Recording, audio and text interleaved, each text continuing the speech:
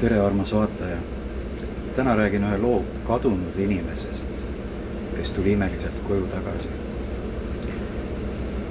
See juhtus kuskil 2000 aasta 2000 ja kuskil nii selle paiku. Ma olin Viljandi kristliku varjupaiga juhataja ja see varjupaik iseenesest algas ka üleloomuliku tõukega ja kunagi hiljem mõnes teises videos ma räägin sellest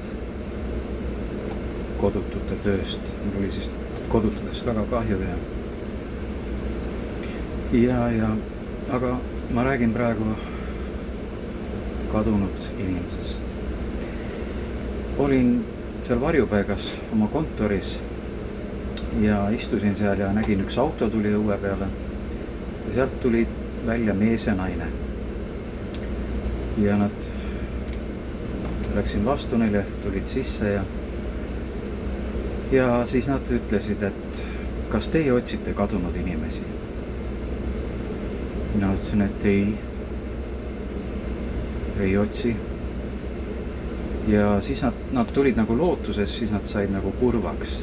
Ütlesin, aga mis mure teil on? Ja siis see naine rääkis, et neil on tütar. Ma ei mäleta, kui vana, kas 19 või nii. Ja tütar läks kodust ära, aga tütar on selline mentaalne segaduse seisund. Et kui ta üksi läheb ära, siis ta ei oska enam koju tulla. Ja ta on kadunud, et nad on teda otsinud mitu tundi ja mul hakkas nii kahju neist ja siis ma ütlesin, et ma teen kõik, mis võimalik. Ja siis nad läksid lootuses ära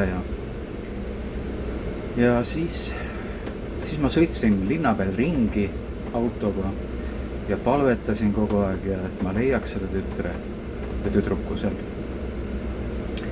Ja ma ei leidnud, ma ei näinud teda. Ja sõitsin koju ja kodus oli õhtul palveosadus. Ja siis ma rääkisin selle loo oma usukaaslastele ja siis ma ütlesin, et palvetame selle tüdruku pärast. Ja mul tuli südamesse, et tuleb palvetada talle selgust tema ajusse ja mõtlemisse ja vaimu ja hinge. Selgust, et ta ise läheks koju tagasi. Ja palvetasime tema pärast ja et talle selgust ja et ta ise läheks koju. Palusime Jumala abi ja kaitset ja tema vaimsele tervisele ja järgmine päev olen ma seal varjupaigas ja siis seesama auto tuleb õue ja naine tuleb välja, käes tort ja tuleb ja annab selle tordi mulle ja siis ma olen teile väga tänulik, et tütar tuli ise koju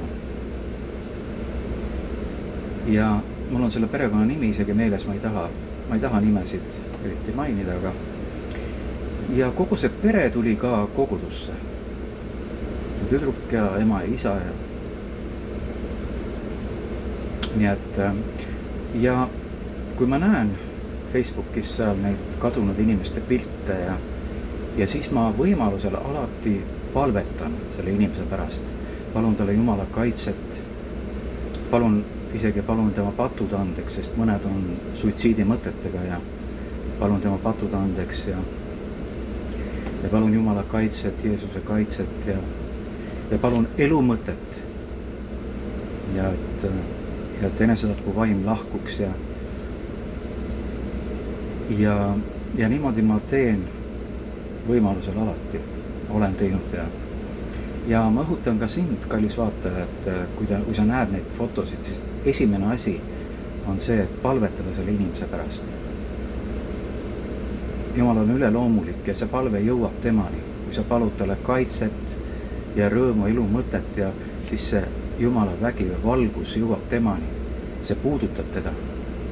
Kui inimene on suitsiidi mõtetes, siis see suitsiidi vaim eemaldub, kui sa palud talle elu mõtet ja elu jõudu, Jumala kaitset.